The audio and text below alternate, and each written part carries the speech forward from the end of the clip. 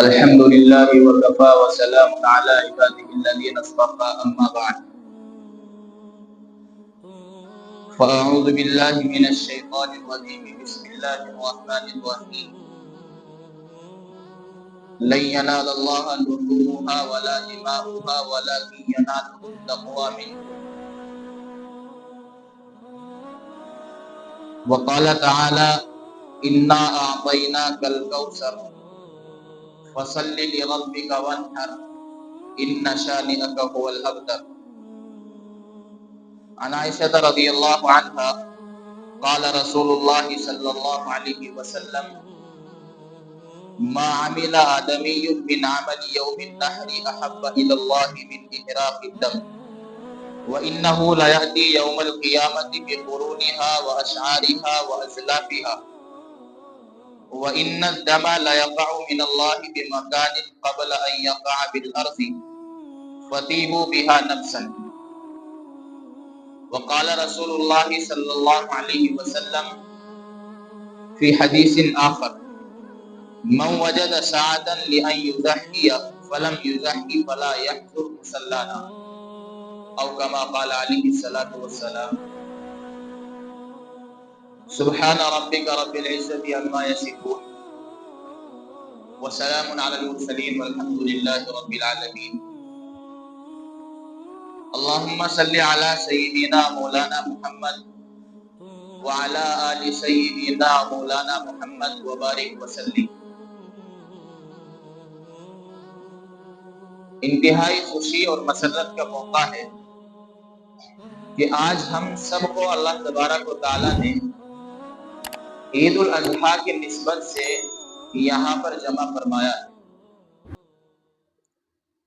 عید الاضحیٰ 10 ذی الحجہ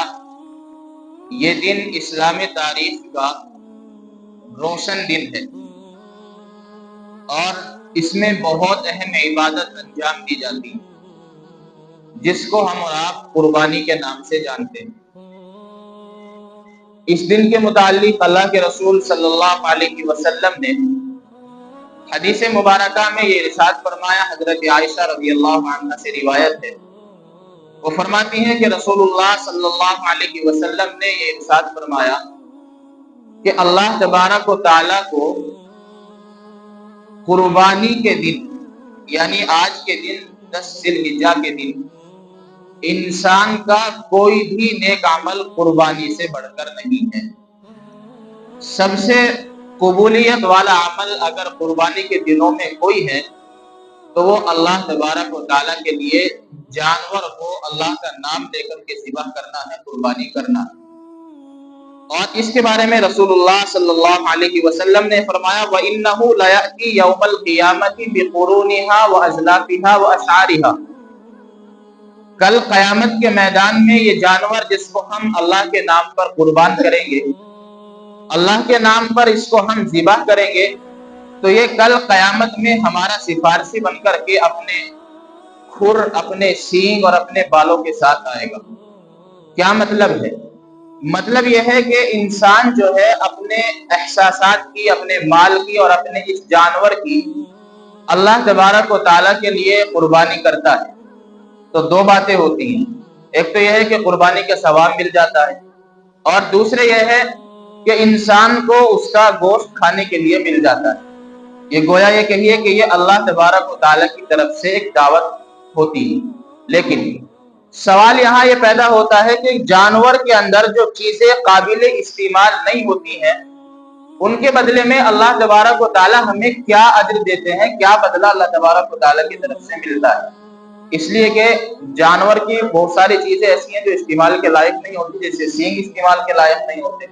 اور اسی طریقے سے بال استعمال کے لائق نہیں ہوتے، اور کھر جو ہوتا ہے وہ معمولی چیز ہوتی ہے، اسے کوئی استعمال بھی نہیں کرتا. تو یہ ذہن میں بات ہے کہ کیا ان چیزوں کا ثواب بھی ہم لوگوں کو ملے گا کہ جو قابل استعمال نہیں ہے. گوشت تھا، قابل استعمال تھا، ہم سب کو اللہ کی طرف سے دیا گیا، ہم نے کھایا، اچھی بات ہے. لیکن سوال یہ پیدا ہوتا ہے کہ کیا جو اس جانور کے چھوٹی چھوٹی چیزیں ہیں، کھر ہے اور اسی طریقے سے ناخن ہے اور اسی طریقے سے جو جانور کی دیگر چیزیں ہیں، چھوٹی سے چھوٹی چیزیں جو قابل استعمال نہیں ہیں، کیا ان کے بدلے میں بھی کوئی ثواب، کوئی اجر ہم لوگوں کو ملے گا یا نہیں ملے گا؟ اس کا جواب اس حدیث مبارکہ میں رسول اکرم صلی اللہ علیہ وسلم نے دیا ہے، اور یہ فرمایا وَإِنَّهُ لَيَأْتِي يَوْمَ الْقِيَامَةِ بِقُرُونِهَا وَأَزْلَافِهَا وَأَشْعَارِهَا۔ ہر چیز کا بدل اللہ تبارک و تعالیٰ کے یہاں جانور کی ہر چیز کا بدل ملے گا۔ جانور کے ہر چیز کے بدلے میں کچھ نہ کچھ اللہ تبارک و تعالیٰ کی طرف سے اجر و ثواب ملے گا، چاہے وہ قابل استعمال ہو، چاہے وہ قابل استعمال نہ ہو۔ کیوں؟ اس لیے کہ اللہ تبارک و تعالیٰ کے یہاں انسان کی ظاہری کیفیت اس بارے میں نہیں دیکھی جاتی۔ ظاہری انسان، اللہ تبارک و تعالیٰ نے فرمایا لَن يَنَالَ اللَّهَ لُحُومُهَا، اللہ تبارک و تعالیٰ کے یہاں نہ تمہارے جانور کا، قربانی کے جانور کا نہ خون پہنچتا ہے اور نہ اس کا گوشت پہنچتا ہے۔ سوال یہ ہے کہ تو پھر مقصد کیا ہے؟ جب نہ اللہ تبارک و تعالیٰ کو جانور کے، قربانی کے جانور کے خون کی ضرورت ہے، نہ گوشت کی ضرورت ہے، تو پھر سوال پیدا یہ ہوتا ہے کہ پھر یہ سارا ماجرا کیوں ہے؟ اللہ تبارک و تعالیٰ نے فرمایا وَلَٰكِن يَنَالُهُ التَّقْوَىٰ مِنْكُمْ، اللہ تبارک و تعالیٰ کے یہاں انسان کی پہنچنے والی چیز جو ہے وہ نہ جانور کا خون ہے، نہ جانور کا گوشت ہے، بلکہ انسان کے اپنے دل کا تقویٰ، اپنے دل کی پرہیزگاری وہ اللہ تعالیٰ کو پہنچتی ہے۔ انسان سے مقصد انسان کی زندگی کا یہ ہے کہ انسان کو جو اللہ تبارک و تعالیٰ نے حکم دے دیا، اس حکم پر انسان جو ہے اپنے آپ کو اللہ تبارک و تعالیٰ کے حوالے کر دے۔ اب اس کے اندر عقل کے گھوڑے دوڑانے کی قطعاً ضرورت نہیں ہے۔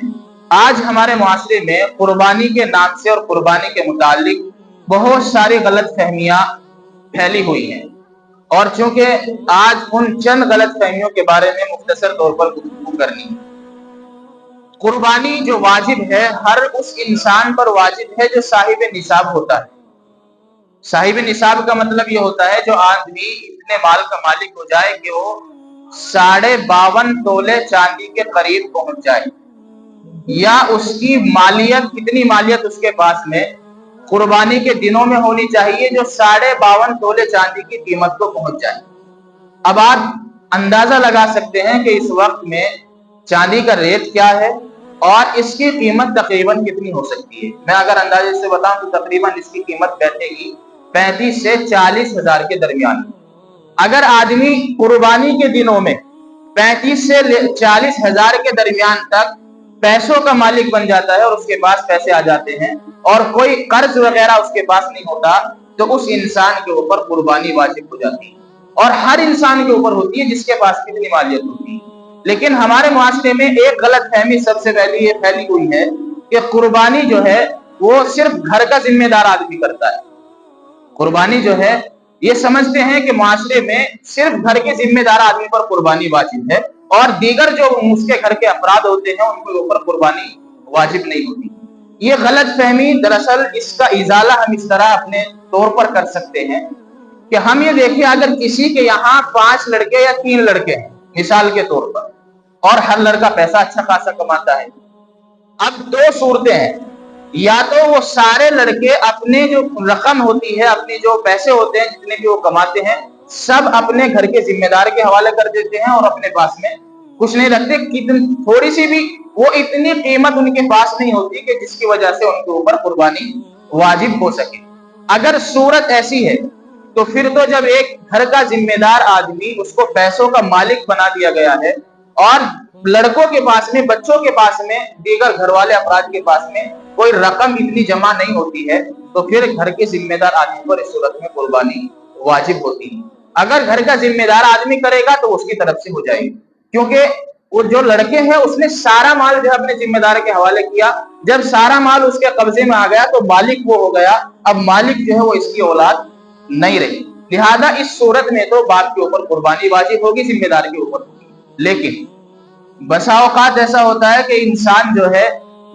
کئی سارے لڑکے ہوتے ہیں، کئی سارے بچے ہوتے ہیں، ان کے کاروبار اچھے ہوتے ہیں، اور وہ تھوڑی تھوڑی رقم جو ہے وہ اپنے والدین کو بھی دیتے ہیں، اپنے ذمہ دار کو بھی دیتے ہیں، لیکن ان میں سے ہر ایک کے پاس اتنی رقم ہوتی ہے کہ ان کے اوپر مستقل طور پر ہر ایک کے اوپر قربانی واجب ہوتی ہے، لیکن کرتے نہیں۔ اس بارے میں یہ مسئلہ ذہن میں رکھیں کہ باپ کی قربانی الگ واجب ہوتی ہے اس کے اوپر اگر وہ صاحب نصاب ہے، اور بیٹے کے اوپر، اولاد کے اوپر الگ قربانی واجب ہوتی ہے اگر بیٹا صاحب نصاب ہے۔ یہاں تک کہ اگر کسی بالغ بچے کو جیب خرچ اتنا ملتا ہے کہ اس کے پاس میں ان دنوں میں 35 سے 40 ہزار کے درمیان روپے جمع ہو جاتے ہیں، تو اس بالغ بچے کے اوپر بھی قربانی واجب ہو جاتی ہے۔ یہ جو ہمارے معاشرے میں یہ پھیلا ہوا ہے کہ اگر باپ نے قربانی کر دی تو بیٹے کی طرف سے ادا ہو گئی، ایسا معاملہ نہیں ہے۔ باپ کے نماز پڑھنے سے بیٹے کے اوپر سے نماز کا حکم ساقط نہیں ہوگا۔ اگر باپ نے نماز پڑھ لی تو ایسا نہیں کہ بیٹے کی طرف سے ادا ہو جائے گی۔ ظاہر ہے کوئی بھی عبادت کا انسان کو مکلف بنایا گیا ہے، اس کو اپنے مستقل طور پر الگ مکلف بنایا گیا ہے۔ شریعت یہ کہتی ہے کہ جب انسان بالغ ہو جاتا ہے تو اب شریعت کا حکم اس کے اوپر مستقل طور پر واجب ہو جاتا ہے، اب وہ جو ہے اس کسی کی ماتحتی میں نہیں آئے گا۔ لہذا اگر بالغ بچے کے پاس میں اتنا مال موجود ہے، اور ہر بچے کے پاس اتنا مال موجود ہے کہ جو قربانی کے نصاب تک پہنچ سکتا ہے، اگر گھر میں 5 افراد بھی اس طرح کے ہیں تو 5 کے 5 افراد پر قربانی واجب ہوتی ہے۔ ایسا نہیں کہ باپ نے کر دی یا ذمہ دار نے کر دی تو قربانی ادا ہو گئی، ایسا نہیں ہوگا۔ اپنے اس معاشرے کی، اپنے ماحول کی ہم اصلاح کریں۔ اس لیے میرے بھائیوں، سب سے پہلی غلط فہمی یہ ہے کہ اگر ہم یہ سمجھتے ہیں باپ نے قربانی کر دی بیٹے کی طرف سے ادا ہو گئی، نہیں ہو سکتی۔ جس طرح باپ کے نماز پڑھنے سے بیٹے کے اوپر سے نماز ثابت نہیں ہو سکتی، اسی طرح قربانی بھی ایک الگ عبادت ہے جو مستقل طور پر جس طرح باپ کے اوپر واجب ہے اگر وہ صاحب نصاب ہے، اسی طرح بیٹے کے اوپر بھی واجب ہے اگر وہ اتنے مال کا مالک ہے۔ دوسری چیز، ہمارے ماحول میں اور معاشرے میں بہت سارے روشن خیال لوگ ہوتے ہیں۔ دراصل وہ روشن خیال نہیں ہوتے، وہ اپنے آپ کو روشن خیال سمجھتے ہیں۔ اور آج کل ماحول اور معاشرے میں یہ چیز پھیلی ہوئی ہے، یہ سوال ذہن میں لوگوں کے آنے لگا ہے۔ پہلے تو یہ دوسرے ریلیجن کے ذہن میں یہ سوال آتا تھا، لیکن اب اس وقت میں ہمارے مسلمان ایمان والے بھائیوں کے ذہن میں بھی یہ سوال اٹھتا ہے، اور بہت سارے لوگ یہ کہتے ہیں، آپ سوشل میڈیا پر جائیں، بہت سارے مسلمان ہی اس کے بارے میں یہ سوال کرتے ہوئے آپ کو نظر آ جائیں گے۔ آپ خود سن لیں گے۔ قربانی کے متعلق وہ لوگ یہ سوال کرتے ہیں اور اپنے روشن خیالی کا اظہار کرتے ہیں کہ قربانی کے موقع پر جو ہزاروں، کروڑوں، اربوں روپے کا جانوروں کے اوپر ان کو قربان کرنے کے لیے، ان کا خون بہانے کے لیے خرچہ ہوتا ہے، ان کا روشن خیال یہ کہتا ہے کہ اگر یہی پیسہ رفاع عامہ کے کام میں خرچ کیا جائے، لوگوں کی ضرورت کے اوپر خرچ کیا جائے،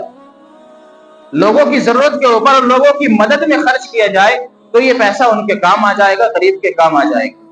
اور بہت سارے لوگ کہتے ہیں کہ اتنے جانور، جو لاکھوں کروڑوں جانور قربان ہوتے ہیں، اس کا کوئی فائدہ نہیں ہوتا، خامخواہ جانوروں کے اندر کمی آ جاتی ہے، جانور کم ہو جاتے ہیں۔ ظاہر ہے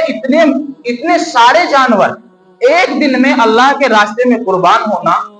یہ ان کا سوال تو سمجھ میں آتا ہے، لیکن ان کی یہ روشن خیالی نہیں ہے، وہ شریعت سے دور ہے، اور ان کے اپنے ایمان کی کمزوری کو لوگوں کے سامنے ظاہر کرتے ہیں۔ اس لیے کہ جب اللہ تبارک و تعالیٰ نے کوئی عبادت انسان کے اوپر فرض کی ہے، کسی عبادت کا مکلف بنایا ہے، تو وہ بندے کو تو اللہ تبارک و تعالیٰ نے صرف اس کو ماننے کے لیے کہا ہے، سوال کرنے کا تو کوئی مطلب ہی پیدا نہیں ہوتا۔ اب ظاہر ہے جو انسان یہاں پر یہ سوال کرتا ہے کہ اتنے کروڑوں اربوں جانور قربانی کے نام پر ذبح کیے جاتے ہیں، تو اس میں جانوروں کے اندر کمی آ جاتی ہے، جانوروں کے اندر کمی آ جاتی ہے۔ تو سوال یہ ہے، کیا یہ واقعی ان کا سوال حق ہے، سچ ہے؟ اس کی کام کیا حقیقت ہے، اس کی کیا حیثیت ہے؟ تو اس کے بارے میں صاف طور پر ذہن میں رکھیں، اللہ تبارک و تعالیٰ کا اصول اور قانون یہ ہے کہ جس چیز کی معاشرے کو، جس چیز کی انسانیت کو جتنی ضرورت ہوتی ہے، اتنی ہی مقدار میں اللہ تبارک و تعالیٰ اس کو پیدا فرماتے ہیں، اور جس طرح ضرورت کم ہو جاتی ہے، اسی طرح اس کی جو پیداوار ہوتی ہے، اس کی جو پیدائش ہوتی ہے، وہ بھی کم ہو جاتی ہے۔ جس طرح ضرورت بڑھتی جاتی ہے، اسی طرح اللہ تبارک و تعالیٰ اس چیز کو اور زیادہ بڑھا دیتے ہیں۔ آپ دیکھیں، مثال کے طور پر جو جانور اللہ تبارک و تعالیٰ نے حلال کیے ہیں، جن کا ذبیحہ، جن کو ذبح کرنا، جن کا استعمال ہمارے لیے اللہ تبارک و تعالیٰ نے جائز کیا ہے، اور ایک طرف وہ جانور ہیں کہ جن کا استعمال ہمارے لیے حلال اور جائز نہیں ہے۔ آپ اندازہ کریں، موازنہ کریں، مشاہدہ کر لیں کہ آپ کو زیادہ جانور کون سے نظر آئے۔ ظاہر ہے آپ دیکھیں، بکریاں ہمارے لیے حلال ہیں، معاشرے کے اندر آپ گھوم کر دیکھیں، بکریاں زیادہ آپ کو نظر آئیں،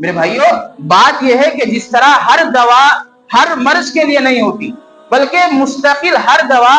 ایک الگ مرض کے لیے بنائی گئی ہے، اسی طرح عبادات کے اندر بھی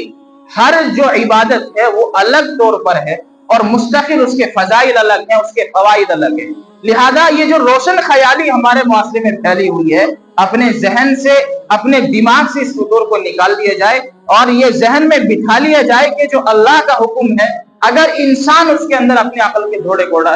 دوڑائے گا تو ہو سکتا ہے کہ وہ انسان اپنے ایمان سے بھی محرومی کا سبب بن جائے۔ آج بہت ساری باتیں ایسی ہوتی ہیں کہ قربانی کی کوئی اہمیت نہیں ہے۔ بہت سارے لوگ یہ کہتے ہیں کہ قربانی کیا ہے؟ کچھ بھی نہیں۔ قربانی شاعر اسلام میں سے ہے، اور قربانی اللہ تبارک و تعالیٰ کا وہ حکم ہے جو امت پر واجب ہے، اور جو واجب کی یا فرض کی توہین کرتا ہے تو اس کو اپنے ایمان کے بارے میں فکر مند ہو جانا چاہیے۔ اس انسان کو اپنے ایمان کے بارے میں فکر مند ہو جانا چاہیے، ورنہ ہو سکتا ہے کہ وہ اس دنیا میں تو ایمان والا کہلا سکتا ہے، لیکن ہو سکتا ہے کہ جب اس دنیا سے جائے تو بے ایمان ہو کر کے مر سکتا ہے۔ میرے بھائیوں، ہر عبادت کا مزہ، ہر چیز کا مزہ، ہر اللہ تبارک و تعالیٰ نے جس چیز کا بھی انسان کو مکلف بنایا، اس کی پہچان الگ ہے، اس کی شان الگ ہے۔ ایک غلط فہمی ہمارے معاشرے میں یہ پھیلی ہوئی ہے، سمجھتے یہ ہیں کہ جب تک قربانی گھر کے بڑے کی طرف سے ادا نہیں ہوگی، گھر کا بڑا قربانی نہیں کرے گا تو گھر کے دوسرے چھوٹوں پر قربانی واجب نہیں ہوگی، قربانی نہیں کر سکتا۔ میں نے پہلے بھی اس کا جواب دیا، دوسری مرتبہ آپ کو یہ جواب دیتا ہوں کہ ہو سکتا ہے کہ گھر کے بڑے پر قربانی واجب نہ ہو، یہ بھی ممکن ہے، اس لیے کہ بہت سارے گھر ہم نے ایسے دیکھے ہیں کہ بیٹے جو ان کے ہوتے ہیں بہت زیادہ مالدار ہوتے ہیں، لیکن ان کے ماں باپ غریب ہوتے ہیں۔ ان کے ماں باپ کے پاس جو ہے وہ کھانے کے لیے بھی اتنے پیسے نہیں ہوتے کہ وہ اچھا کھانا کھا سکے، اچھے کپڑے پہن سکے۔ تو آپ دیکھیں، جہاں بیٹے مالدار ہیں اور ماں باپ جو ہے وہ غریب ہیں، تو ماں باپ کے اوپر تو قربانی واجب ہی نہیں ہے اور بیٹوں کے اوپر قربانی واجب ہے، تو پھر تو یہ تو کوئی بات نہیں ہوتی۔ جس طرح باپ کے نماز پڑھنے سے بیٹے کی نماز نہیں ہو سکتی، اس طرح باپ کے قربانی کرنے سے بیٹے کی قربانی ادا نہیں ہوگی۔ ہر ایک کے اوپر مستقل طور پر قربانی جو ہے وہ واجب ہے۔ یہ چند غلط فہمیاں ہمارے معاشرے میں جو پھیلی ہوئی ہیں، چند بڑی غلط فہمیاں، اور بھی بہت ساری ہیں، لیکن چونکہ وقت نہیں ہے، ان اپنے ماحول کو دیکھ، اپنے معاشرے کو دیکھیں اور ان غلط فہمیوں کے اندر ہم سدھار کی کوشش کریں۔ اللہ نے ہمیں یہ موقع دیا ہے، اور اللہ تبارک و تعالیٰ سے دعا کرے کہ اللہ تبارک و تعالیٰ ہماری اس قربانی کو جو ہم اللہ کے لیے قربانی کر رہے ہیں اس کو قبول فرمائے۔ دوسری چیز یہ ہے، اس موقع پر چونکہ قربانی ایک عمل ہے اور جانور کی بہت ساری چیزیں قابل استعمال نہیں ہوتی، گندگی ہوتی ہے، تو اس کے بارے میں کیا کیا جائے؟ ظاہر ہے آج لوگ جو ہیں، جب پرشاسن والے، پولیس والے ہمارے پاس آتے ہیں اور اس چیز کے متعلق ہم سے کہتے ہیں کہ صاف صفائی کا دھیان رکھنا، ہر آدمی یہ تو معلوم کرتا ہے کہ جی کیا کہہ کر کے گئے۔ ظاہر ہے یہ معلوم کرتا ہے کہ آئے تھے تو یہ اس وجہ سے آئے تھے، ہم کہتے ہیں کہ صاف صفائی کے لیے کہنے کے لیے آئے۔ آج جو ہے لوگ ان کے اوپر ٹکے ہوئے ہیں، دوسرے ریلیجن کے اوپر، حالانکہ جو باتیں یہ آج کہہ رہے ہیں، ہم سب کے آقا محمد رسول اللہ صلی اللہ علیہ وسلم یہ سبق تو ہمیں آج سے 1450 سال پہلے دے کر کے چلے گئے، اور صاف صفائی کو ہمارا ایمان قرار دیا ہے، اور صاف ستھرائی کرنا یہ ہمارے ایمان کا ایسا جز ہے جو ہمارے ایمان سے جدا نہیں ہو سکتا۔ اس لیے کہ فرمایا حدیث مبارکہ کے اندر الطہور شطر الایمان،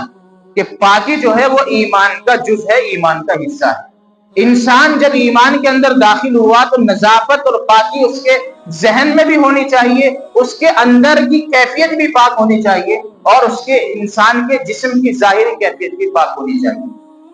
ماحول بھی پاک ہونا چاہیے، معاشرہ بھی انسان کا اور ان مسلمانوں کا پاکیزہ ہونا چاہیے۔ یہ سبق تو ہمارے آقا محمد رسول اللہ صلی اللہ علیہ وسلم آج سے 1450 سال پہلے دے کر کے گئے تھے، لیکن کمزوری ہماری ہے،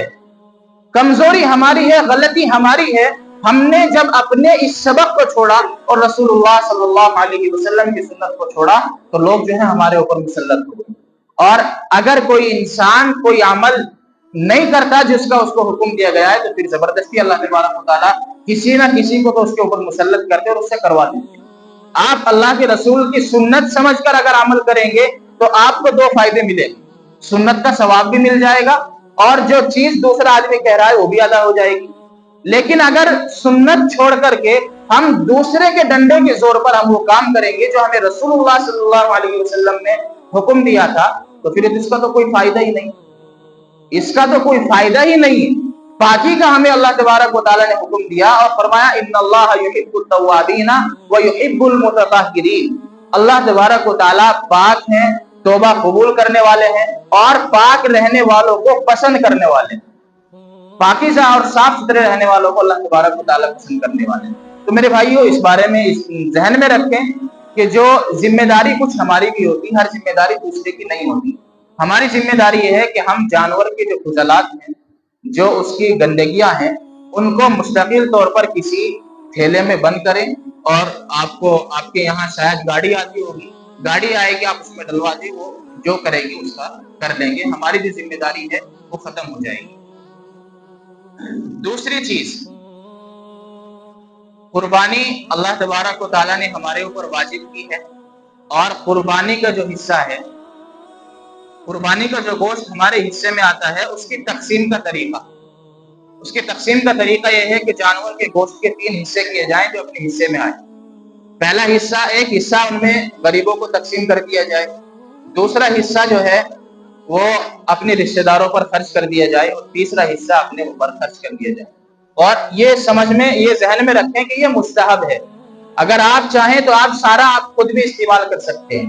لیکن یہ ذہن میں رکھیں کہ ہمارے اوپر اور لوگوں کا بھی کوئی نہ کوئی حق ہے۔ اور اس بارے میں یہ بھی ذہن میں بٹھا لیں کہ ہم جب غریب کو یا کسی کے یہاں گوشت تقسیم کرنے کے لیے دیتے ہیں، گوشت بھیجتے ہیں، تو برائے مہربانی کم از کم اتنا گوشت تو بھیجیں کہ جس سے وہ ایک وقت کی روٹی کھا سکے، ایک وقت کی روٹی، وہ اس گھر کے افراد کا وہ ایک وقت کا کھانا چل سکے۔ آج ہوتا یہ ہے کہ گوشت کی تقسیم کے نام پر 2-4 روٹیاں جو ہے آدمی ایک پنی اس میں کرتا ہے، پلیٹ میں کرتا ہے، لوگوں کے گھر بھیج دیتا ہے، غریب کے گھر بھیج دیتا ہے۔ اگر آپ اس کی ایک وقت کی ضرورت کو پورا نہیں کر سکتے تو آپ نہ بھیجیں، اس لیے کہ اگر آپ 4 روٹی 5 روٹی رکھ کر کے اس کے گھر بھیجیں گے تو آپ اس کی مدد نہیں کر رہے بلکہ آپ اس کو ذلیل کر رہے ہیں۔ جب آپ اس کے ایک وقت کے کھانے کی ضرورت کو پورا نہیں کر سکتے تو کوئی فائدہ نہیں ہے ایسے بھیجنے کا۔ اگر آپ کو بھیجنا ہے تو زیادہ ہو سکے 2 گھر بھیج دیجیے، ضروری نہیں کہ آپ 10 گھر بھیجیں، 20 گھر بھیجیں، آپ 2 گھر متعین کیجئے اور یہ دیکھیے کہ یہ زیادہ ضرورت مند ہے، آپ ان دونوں کی ضرورت کو کم از کم ہر ایک وقت کی ضرورت کو پورا کر دیجیے، اللہ تبارک و تعالیٰ کی طرف سے آپ کو ثواب ہو سکتا ہے کہ 10 کو مل جائے۔ اگر ایک ہی کی ضرورت پوری نہیں ہوگی اور آپ تقسیم کرتے 20 لوگوں کے درمیان میں، تو پھر یہ کوئی عقل مندی کی بات نہیں ہے۔ یہ آپ اور ہم جو ہیں اگر اس طرح گوشت کی تقسیم کرتے ہیں تو یاد رکھیں ہم غریبوں کو ان کو ذلیل و رسوا کرتے ہیں، تو کم از کم اس طرح تقسیم کریں کہ اس کے وقت کی روٹی چل جائے، ایک وقت کا جو سالن ہے اس کا اب بن جائے اور سارے گھر کے افراد وہ بیٹھ کر کے کھا لیں۔